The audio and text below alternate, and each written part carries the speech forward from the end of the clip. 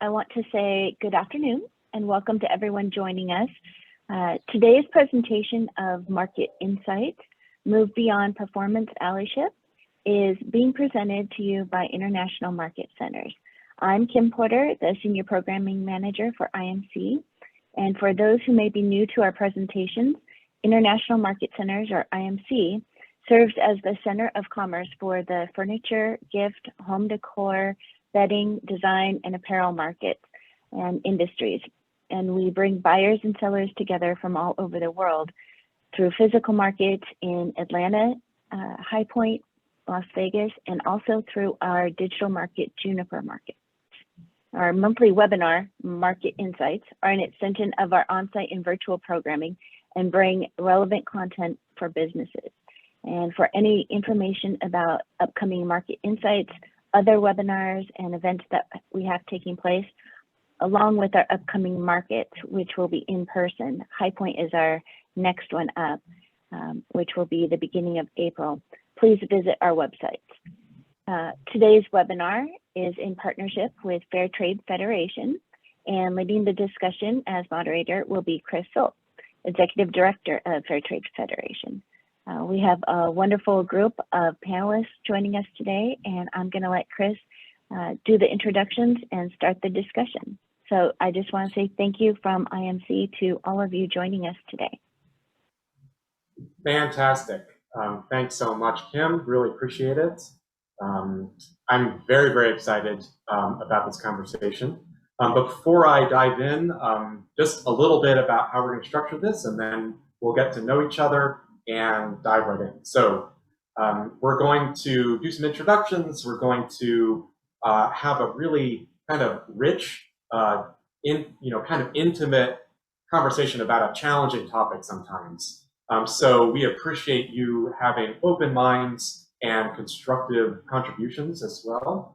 We're going to have this conversation be live streamed, and then at one point we'll stop the live streaming, and then we'll allow you to ask questions in the Q&A, and that will not be shared. So we can create a safe space for you all to be vulnerable and to open yourselves up to learn. It's really essential to this topic. So just wanted to let you know that's how we're going to structure this.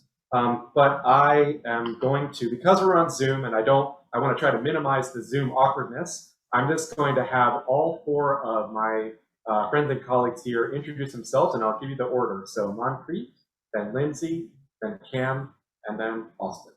So Manpreet, go ahead. Awesome. Hello, everyone. It's a pleasure and honor to be here amongst all of you. My name is Manpreet Kaur Kalra. I'm a social impact and equity advisor, and I currently sit on the Justice, Equity, Diversity, and Inclusion Committee of the Fair Trade Federation.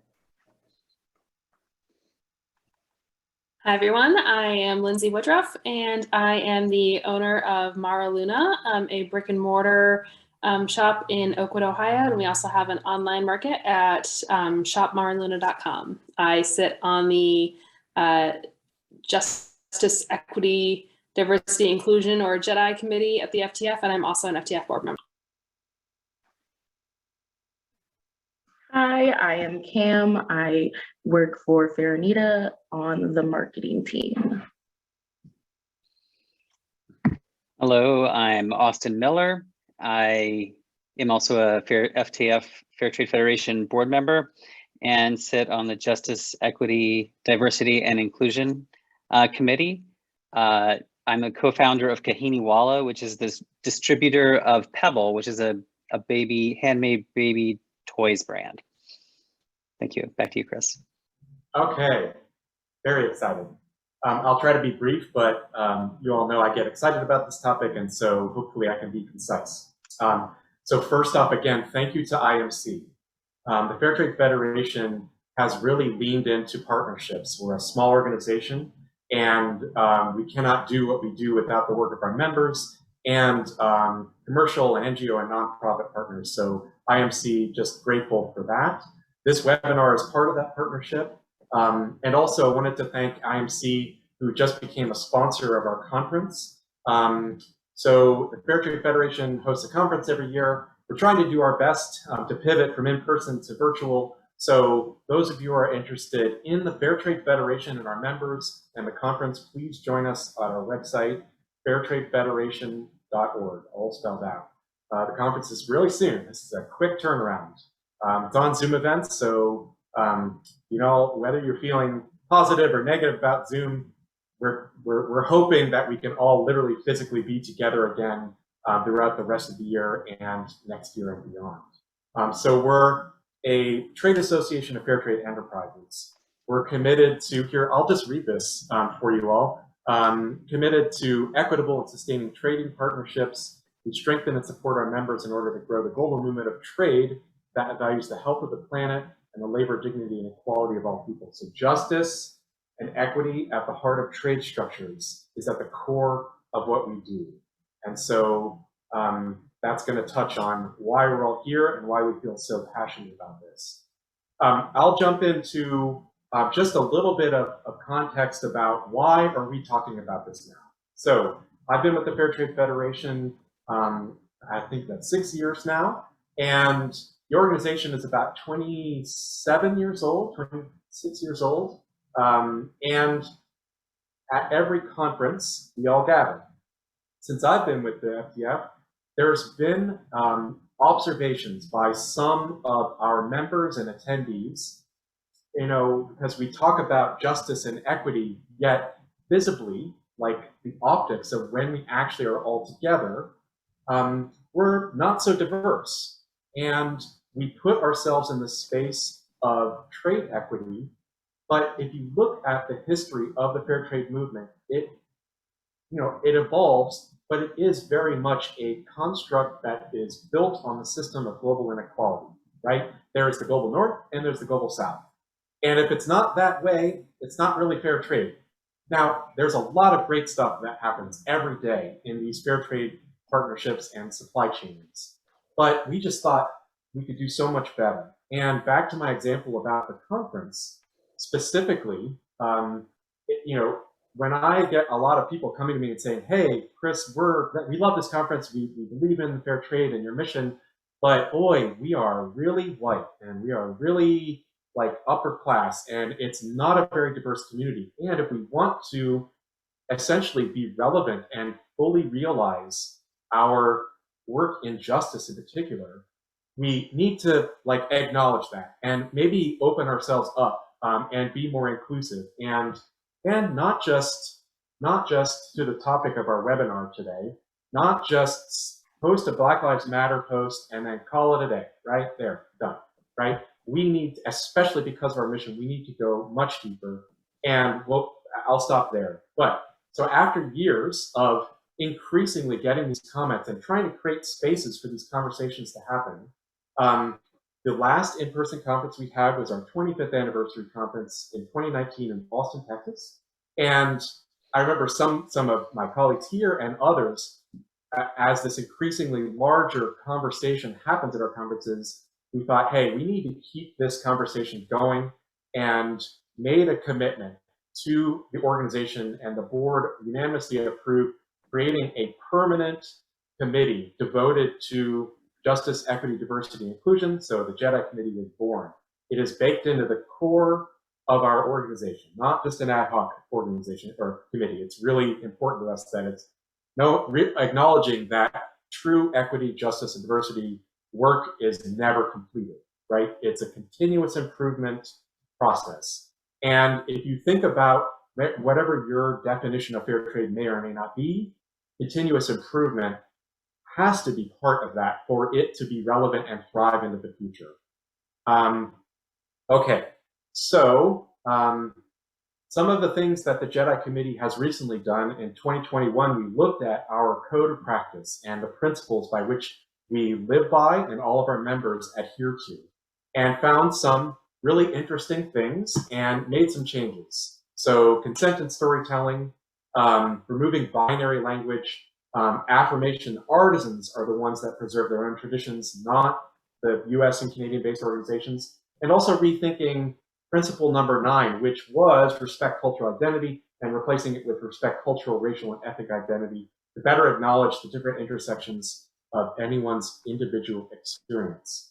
I could talk more and more and more. As I said earlier, I get very passionate about this, and also want to call out too that in the process, for someone like me in this role of formal authority, cisgender white male, right, in the United States, executive director, and I felt discomfort. Like, discomfort is part of the work that happens in this space. And so I want to just call out that if you are in the same boat demographic and you're feeling discomfort, that's normal, and it actually can be quite good and constructive. So thank you. If you are feeling, if you're watching and participating and feeling that right now, hang in there, because I'm right with you. I tried to kind of recuse myself at one point from this committee and said, hey, you know what? Actually, the privilege that you enjoy just because of who I am, you can be an ally and use that to amplify the voices of underrepresented and marginalized communities and individuals.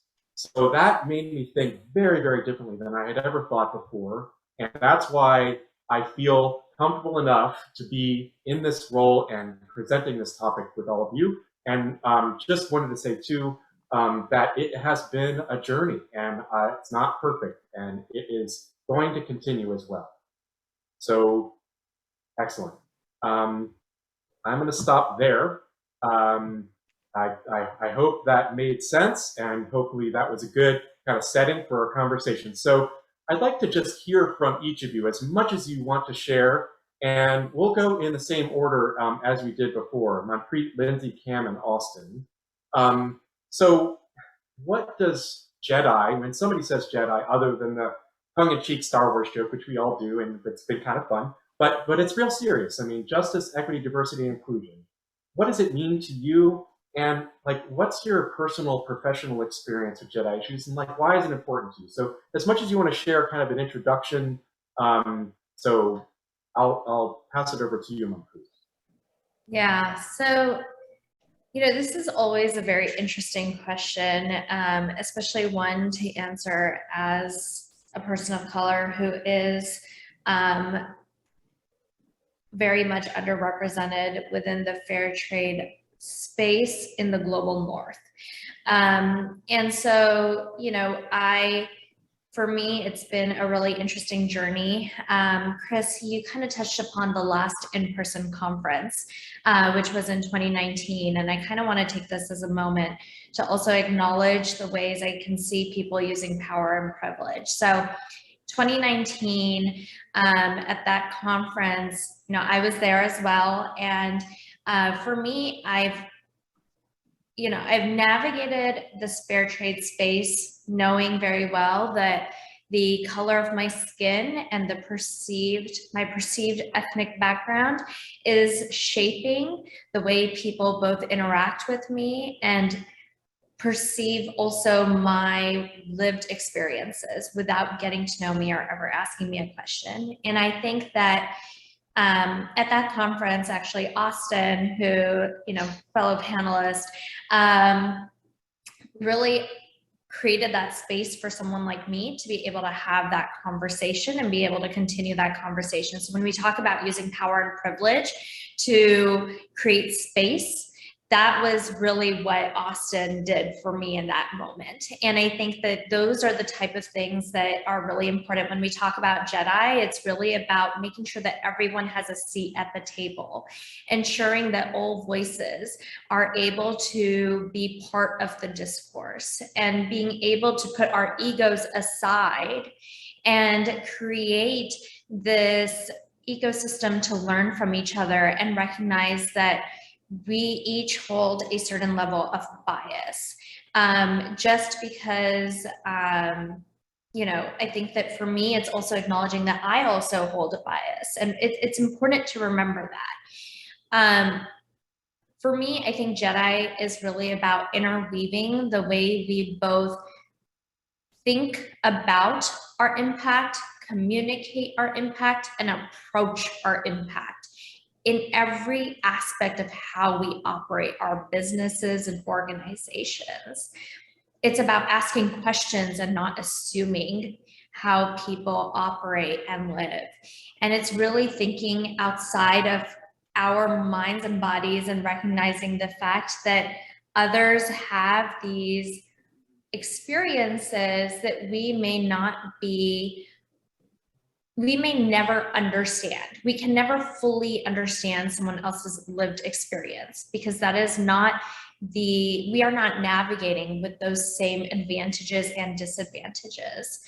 And so for me, JEDI really is about approaching impact with cultural humility and recognizing that we cannot assume that we understand everything just because we are so ingrained in another culture, have built these strong relationships. We have to still create space for those voices to be at decision-making tables. And so that's what JEDI is for me. I think it's really about creating those spaces and bringing a diversity of voices and experiences to the table.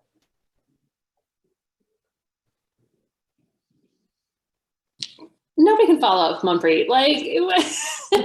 So should we have done that in a different order? She always just brings it home.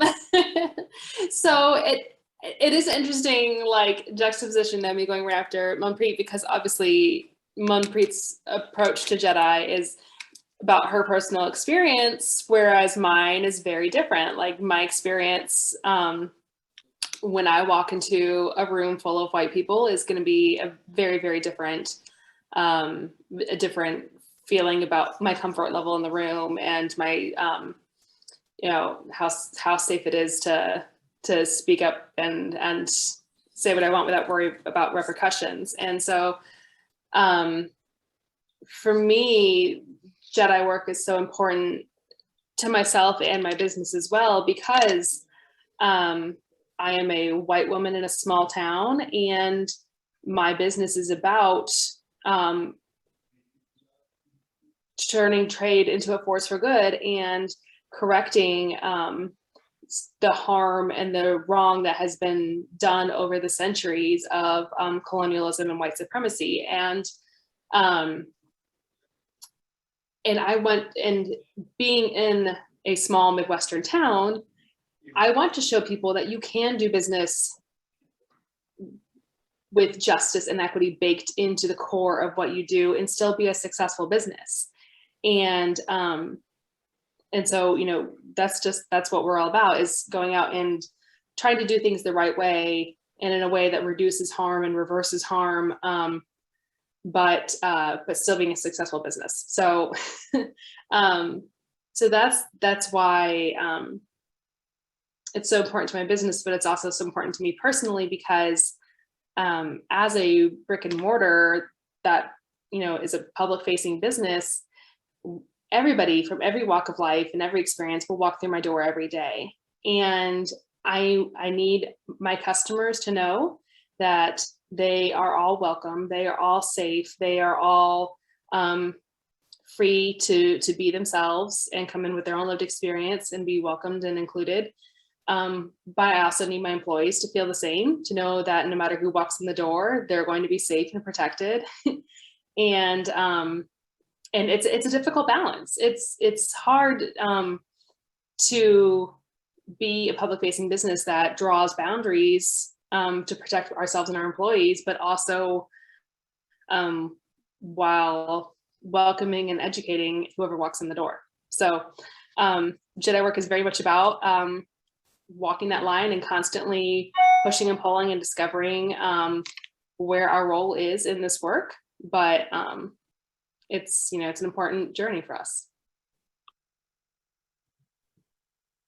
While I'm new to the fair trade world, I feel like as an African-American woman, young woman at that, JEDI work isn't something that is a choice. It is a lifestyle at this point. We are born and raised into a system where we have to seek out our own justice. We have to seek out equity, and we have to make sure that we are doing everything in our power on a daily basis from the time we are born until the time we leave this world to make it a better place, because it has just not historically been a better place. And going off of what everyone has said thus far, while I do agree making sure that everyone has a seat at the table, I feel like that's not enough anymore. We can make sure everyone comes to the table and has a voice, but it is a matter of going beyond that and making sure that everyone who's at that table is actively allowed to speak and feel free to say what they have to say without worrying about microaggressions or white saviorism or any sort of backlash or feeling uncomfortable within their setting. Because just coming to the table, cool, we can invite 20 people to the table, but is everyone afforded that same opportunity to speak and say what they have to say and feel comfortable enough to have a forum and speak freely? And I think that is the most important thing going forward, as we are constantly seeing things happening in the world around us, is making sure that everyone who's at that table is comfortable, is feeling respected, is feeling like they are here and everyone is hearing them, not just listening to what they're saying, but hearing them, taking it in, and making sure that it is a safe space for all. I want to say, I hear you, Cam. I really appreciate you sharing that. And we'll come back to that. So thank you. Okay, Austin. Thank you, Austin Miller. Wow. Whew, that was a lot. I resonate with Manpreet when she talks about cultural humility. It's something that doesn't come easy for those of us who are raised American, white, and of the dominant religion. I was a missionary kid, and I was actually a missionary as well, which sort of stemmed my whole journey on this JEDI journey. And for me, as I interacted with, I lived in Bangladesh for about 10 years. And my time there sort of converted me. And it was a good journey. And that's sort of what has brought me into the JEDI space. And one thing I've learned is that it's not what, alluding to what Chris said, JEDI is not, it's a permanent committee. And to me, that indicates a commitment to a process that's not going to be complete. Like, we're not going to do this JEDI thing and then go on. This is a commitment that we as individuals and businesses are making to be different, not just to do differently, but to be different in how we, and it involves intentionality. While living in Bangladesh, the power dynamic, it was so apparent and so frustrating at times. And there was a lack of autonomy given to those that we, as Westerners, were working with. And so it felt frustrating to me that there wasn't a collaboration as much of a, oh, we know the right way. We're the designers, you're the makers. We're the sellers, you're the whatever, production. And so for me, I was so excited when I discovered a brand, Pebble, that was actually founded in Bangladesh. The brand was established in Bangladesh, and yeah, and it was vibrant, and I could speak easily with the designers. I was working as a product designer, and I could speak with designers as peers. And then when I got a job as a designer, it was more about me connecting designers with markets rather than me actually designing products, because design in Bangladesh is there's a vibrant design happening. And they didn't need me to tweak it to make it more this or more that. And so, yeah, that's a bit where my passion comes. And I have been looking forward to this conversation, and it's good to see similar passion among my colleagues. Thank you. Back to you, Chris. Yeah. Thanks all four of you for sharing that. I really appreciate it. So before, I know I had some kind of questions to help guide our conversation, and I think we've been kind of thinking these for the last few days and what we might say. And I wanted to just highlight that Manpreet is actually going to be talking at, our conference. I'll put a shameless plug, fairtradefederation.org. if you're interested. You're going to be talking about power and privilege. And when you and Cam in particular, when you were speaking, multiple forms of power, right, to me has been such an eye-opening experience, and so for me necessary. But I think back in how I was introduced, 20 years ago to fair trade. It was, predominantly, Christian faith-based organizations with white upper class people doing really good things. And I don't want to demonize anything, doing really good things, looking at inequality and trying to make a really positive, constructive difference to the world. But yet still, these types of power all exist. And my first kind of trip to the global south was eye-opening for me, but then I think back on it so differently because the things that I felt really good about in that context of putting myself in the space and all of the things you could assume with like someone like me going to like rural India and like really sharing meal and breaking bread, and that really I still feel very good about.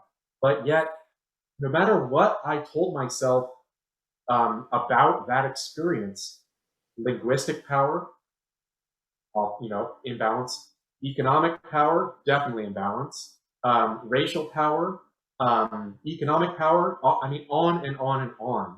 And that's not something I was so aware of as I am and will continue to be in the future. So maybe Manpreet, if you, and then I'd like to hear from Cam and then some either of you after, Lindsay and Austin, but Manpreet and Cam, like thinking about the fair trade movement and where those different elements of power come into play. What could we do better? Yeah, I want to echo what Cam said earlier about, sometimes we get into these conversations from a very what makes us feel good when we're trying to create change. Right? Like what looks good? Let me put some, people of color here. Let me add some people of color in my imagery.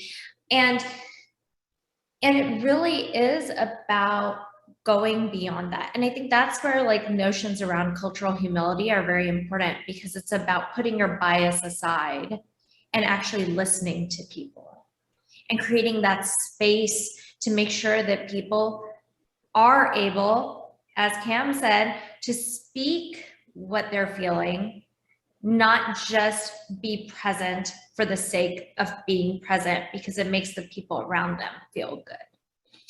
And, when I think about, Chris, your question is like, where does power manifest? I think power manifests at every level of how we operate as businesses and organizations, because power manifests in daily life at every level of how we navigate the world as individuals, right? There is certain advantages and disadvantages we have, and those yesterday we had a lot of conversations around elevating women and celebrating women. But oftentimes when we talk about women, like I think about my own education in women's studies from high school through college, any class I took came from the lens of white feminism.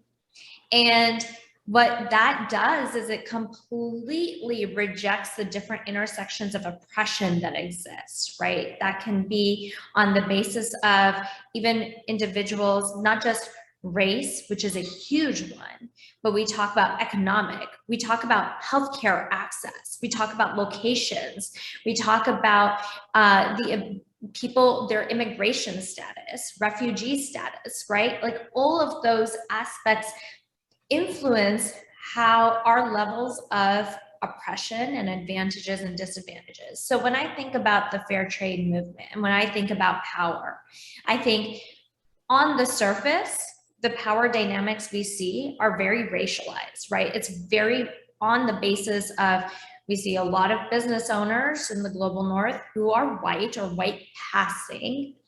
And we see most of the people who are actually creating the products are BIPOC peoples. And so that in itself is the main power structure that on the surface, many of us can identify.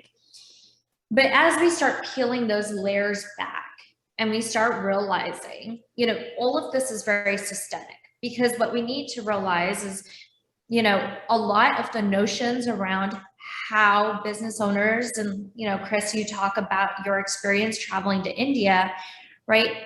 That experience is, and we can't not say it, is definitely influenced by a history of colonialism in India, right? Like when we talk about fair trade, we can't start our narratives around fair trade with the first person who wanted to do good, right? We have to start our narratives around fair trade with the fact that these are countries whose resources have been completely depleted. And so when we talk about why are there developing countries, we have to recognize that they are really recovering from legacies of imperialism and colonialism.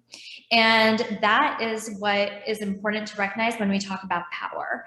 Because if we just try to fix things that are on the surface, we're not fixing the systems that are creating those inequities. We aren't fixing those systems in which we're operating and having to kind of walk on eggshells at times. So yes, I mean, sorry, I don't mean to be long-winded, and I want to hear what Cam has to say as well. So I apologize for taking a lot of time, but I think that, power manifests in relationships. It manifests in how we communicate, the words we use, the language through which we communicate. It manifests in also how we present ourselves and how we treat our artists and partners that we are collaborating with, right? The terms that we use around collaboration are cloaked with power. So power exists at every single level and every single interaction. And it's recognizing what is the power and privilege you have in that moment. I completely agree. Power is surrounding us 24/7, and until we all are collectively, actively dismantling that power, things won't change. We view it like it's everywhere. There's no way of skating around that. We see it like, for me personally, like I said, being new to the fair trade, I came from a job where power imbalances were surrounding me to the point where I was like just not even mentally able to do my job because it was a white-owned company, mainly functioning by a bunch of Black women. But our consumers were white women who didn't like us, who didn't like how we talked. And I feel like with power and language, I feel like that's the most important thing to focus on in the times we're in. Learning about the language we're using, whether it is talking about how, I want to say this the right way,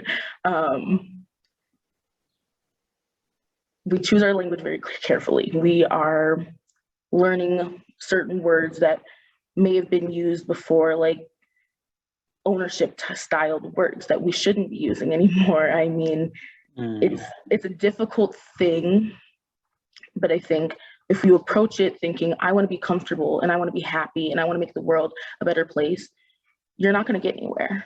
We have to actively be uncomfortable because these conversations are uncomfortable. They're not a feel-good conversation. It's not anything that you're going to be like, oh my gosh, I feel so great after. You're going to have to feel uncomfortable in every part of this, because that uncomfortability that you sit in is something that people of color sit in every single day.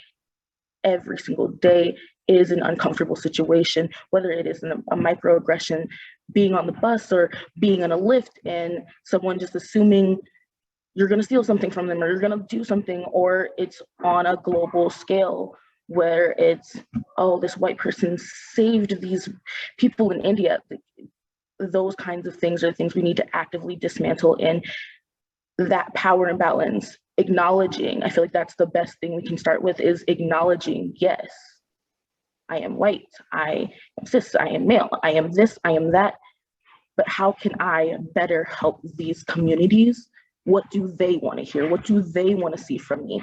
What can I do in this situation and not make it about ourselves? Because if we make it about ourselves, we're not going to get anywhere.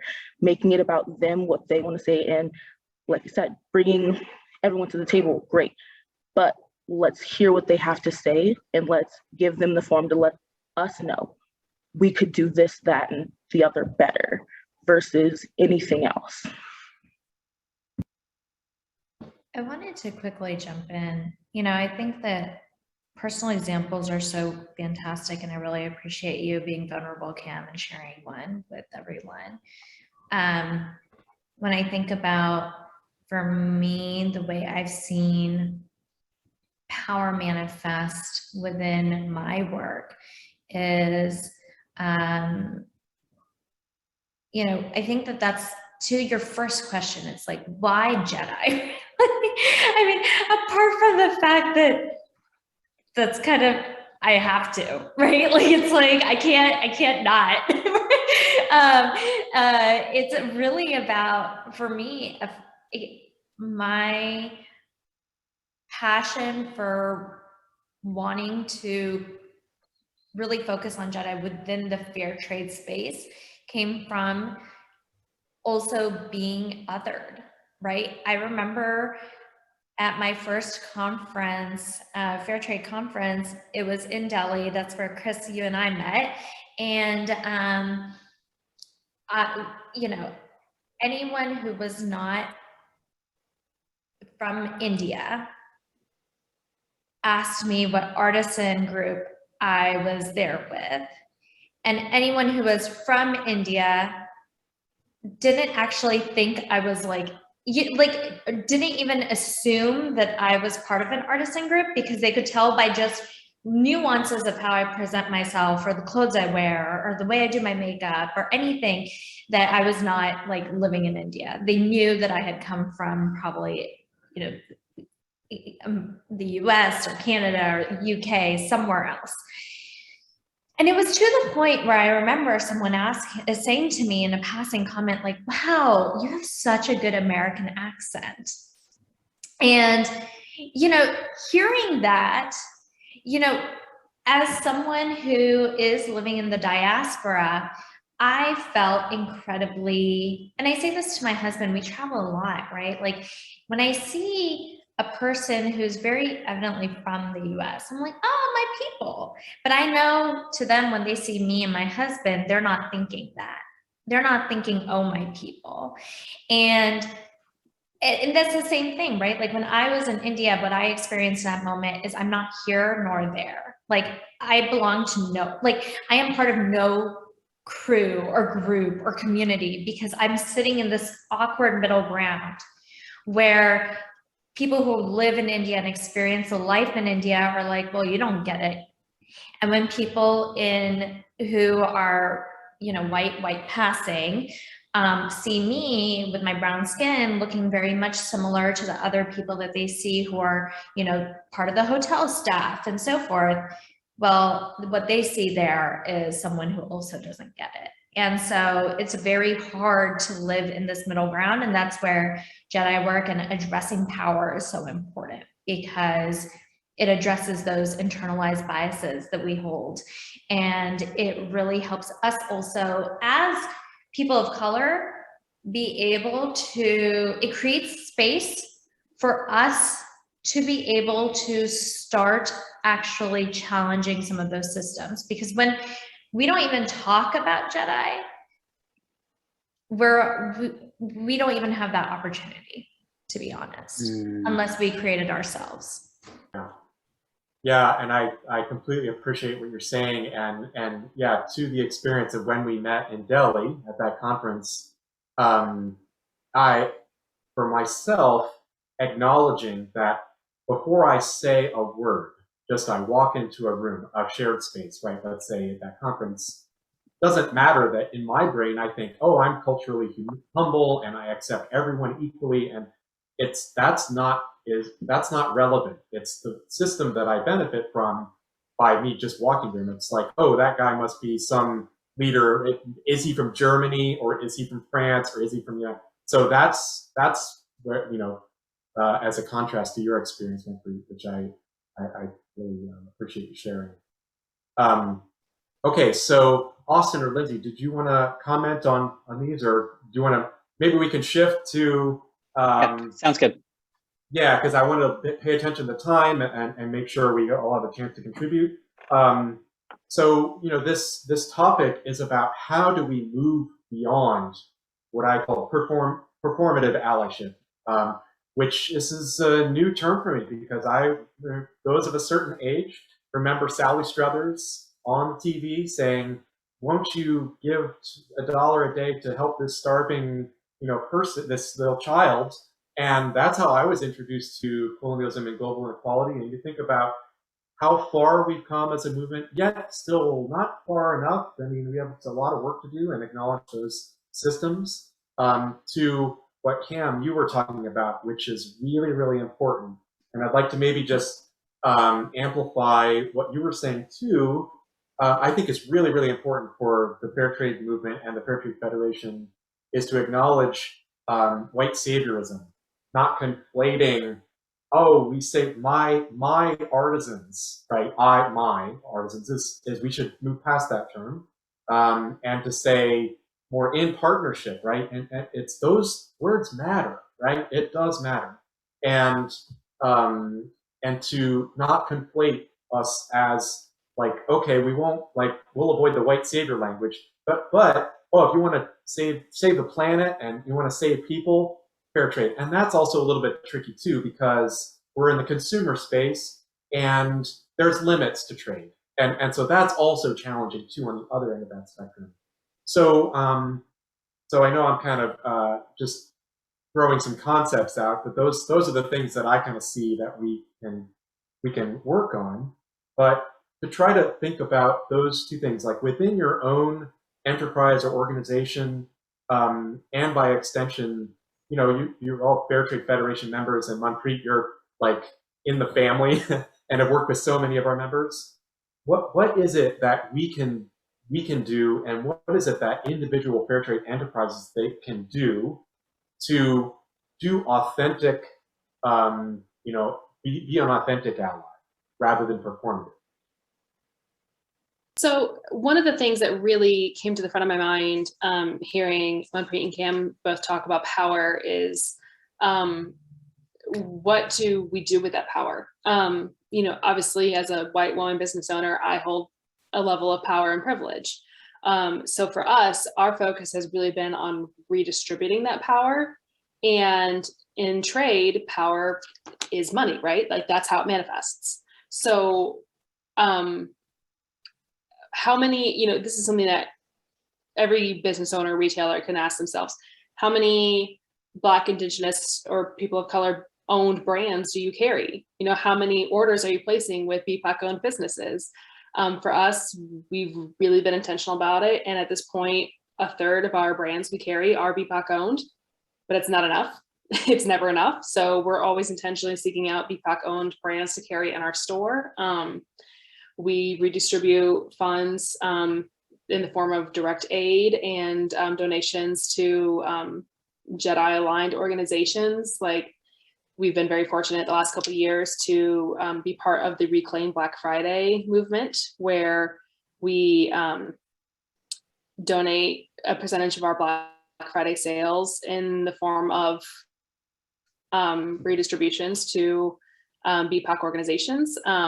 We intentionally support queer-owned brands owned by LGBTQ community, so that they're having funds redistributed their way as well. So, but it's not just about the money that we're distributing; it's also about how are we redistributing power amongst our employees as well, amongst our staff. So, not only how many BPOC or LGBTQ employees are you hiring, but how many of them are you putting into positions of leadership and power? Are they invited into conversations to make decisions that impact them?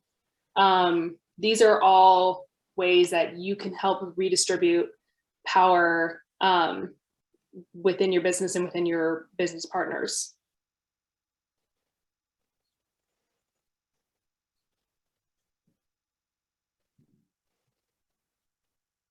I'll go. I think building relationships is key, but I think when you talk about power, you don't just build relationships, you build equitable relationships and relationships where there's not a power imbalance. And if there has been a power imbalance, it may mean sort of tipping the scales the other way for a while.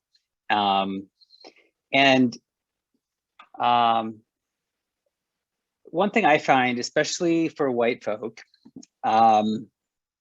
we tend to be a bit fragile and defensive at times, and that's not helpful. And I think education is such an important key to us informing our practice and not leaning on people of color to educate us, but to actually find those resources ourselves and to identify people that maybe are a bit further ahead on that journey and join with them so that there is a community, and then educate without shame, because I mean, there may be some white tears that happen, and that's fine. We don't need to put that on anybody else, though. We can process that ourselves, and continue to take small steps, because it's easy to feel overwhelmed and say, oh, it's such a big problem. And then because we're not affected by it, we just kind of let it drop by the wayside when the impact continues to be there for the people that are marginalized in our circles. And like a grand vision for me, like when I was, when Manpreet was talking about belonging, that was just such a, I envision like creating a community within fair trade where there is a place of belonging for people who share these values, and that when we do look at each other, we do say, oh, there's my people, and that it's not based on somebody's sexual orientation or the color of their skin. And yet we see those as strengths that that each of us brings to a place of more justice, more diversity, more equity, and more inclusion. I'll stop there. Thank you.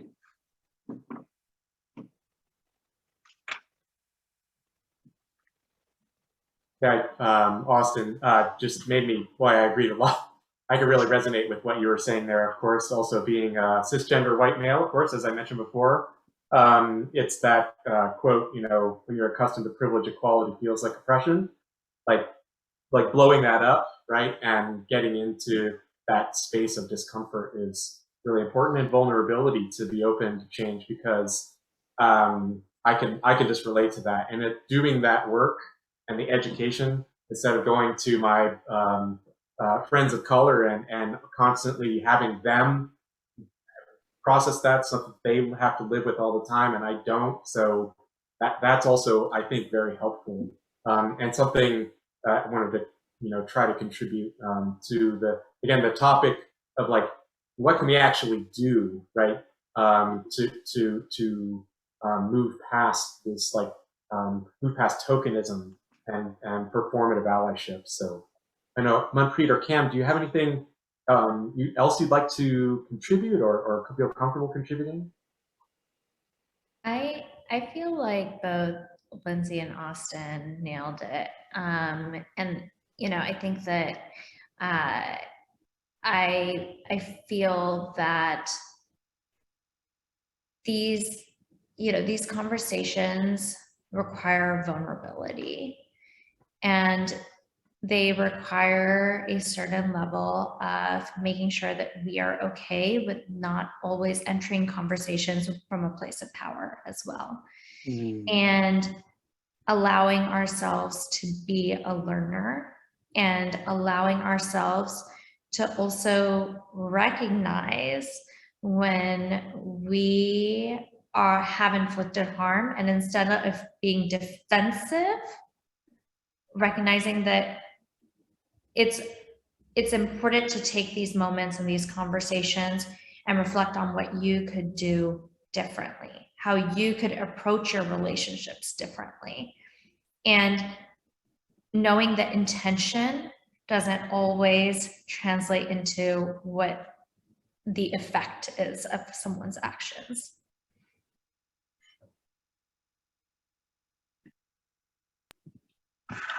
I agree. I think also something would be transparency, because we all have a past, we all have histories, we all have done things that we are not always proud of. So transparency, I think, is a great thing, and especially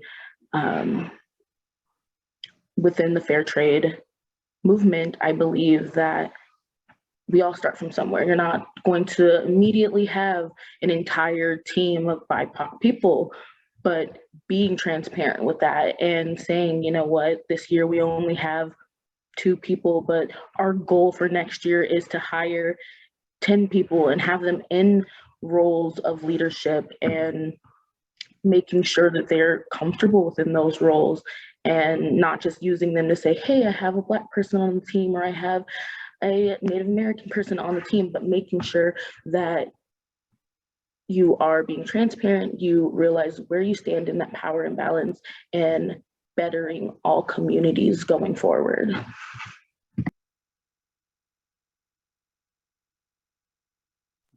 Chris, there's a question in the chat around measuring. I just wanted to make sure you saw that. Yeah, absolutely. Yeah. So I really appreciate what's being shared. So maybe I can just say a couple of things that the Fair Trade Federation as an organization is attempting to do, based on a lot of what you all are suggesting. And Kim, I really appreciate what you're saying. It's like, you can't just, like, I think that's where, like, tokenism and you can do actually quite a lot of harm. You just say, okay, we're going to be LGBTQ friendly, and then just go without a lot of, like, mindfulness and authenticity behind it. I really appreciate you saying that. So we're a membership organization, so our board represents our members. So, however, the board has identified this, and right along with the JEDI committee is dedicated to evolving and working on this in the future. And so it was really great, an affirmation of what we're doing. I believe the board took it this way, that we had a record number of candidates to run for election for the board, of which there's more diverse voices that will be part. So they expanded the board from 9 to 12. And we still are going to be kind of processing that and trying to figure out what is important about this and what can we do in the future related to JEDI, and creating those authentic spaces. And Cam, you mentioned leadership. That's such an important part too. Not just leadership, but like actually resourcing and supporting that leadership is so important. Hiring, right? Not just like doing a post and like your normal thing and like saying, oh, we're equal opportunity and all that stuff, but actually, where can you go to communities of color and underrepresented communities and try to really do a deep dive in recruiting there as well? It's not just equity. If you just do things like you did them before, all of the systems that we've been talking about are still in play. One of the things that I'm and the board are putting this organization into a vulnerable space, right? There's a fair amount of risk in what we do, because the unique nature of fair trade is we are in the global north, and there's global inequality, and we import goods in these sustainable, equitable trading partnerships from the global south to the north, right? One of the things that the JEDI Committee and the Fair Trade Federation and the Fair Trade Movement has wrestled with for many years is, are there not underrepresented groups in our own communities in the north that if we read through our shared values, why are they excluded, right? Why is it just this global north? And I know this is a whole other topic that I know you, my friend Manpreet, and I could talk a lot, that like line of where global north and south is. So just like the whole concept of fair trade and who is included is something we need to keep talking about. some of that are listening might understand domestic fair trade or that term direct trade, and so that's a conversation we're going to continue to have in the future as well. Not easy, no easy answers, but it is the right conversation to be having. So okay, I have talked way more than I wanted to, but I also didn't want there to be silence.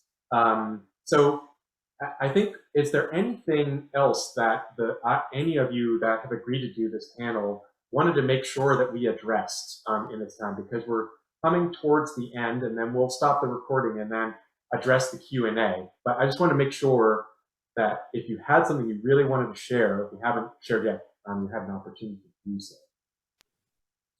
I think the only thing I want to add is that, the name of this conversation is moving beyond performative allyship to build your brand. And the only thing I want to add is that, like, if your actions match your values, then your customers will, like, your brand will automatically build, because people want to spend money with companies whose values align with theirs. So, like, if you just show people who you are, like, you are building your brand. That's all there is to it.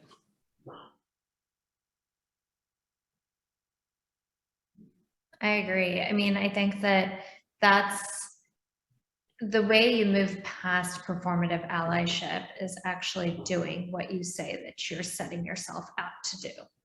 That's it. And I think that we try to make this a really complicated conversation at times, but really, at the end of the day, if your values are transparency, if your values are inclusion, if your values are to redistribute and create equitable systems, do that. Take actions towards that. Communicate that. Share your thought process around why you're doing that. And that is how you move past the performative side, because now you're not just saying what you think you should be saying, you're actually working towards it, and you're sharing the process through which you are working towards those goals.